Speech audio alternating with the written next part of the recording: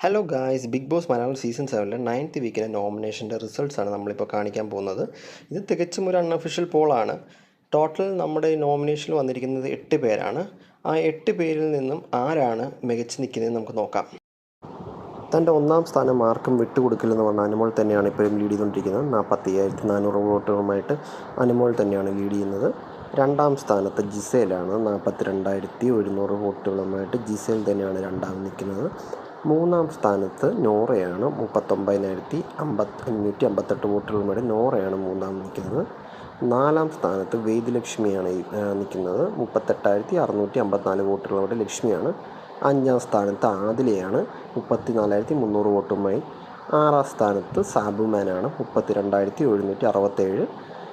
ഏഴാം സ്ഥാനത്തേക്ക് നെവിനാണ് ഇപ്പം നിലവിൽ വന്നിരിക്കുന്നത്. നെവിൻ്റെ വോട്ടിംഗ് ഇച്ചിരി ഇടിവ് വന്നിട്ടുണ്ട്. 31,058 വോട്ടുകൾ മാത്രമേ കിട്ടിയിട്ടുള്ളൂ നെവിന്.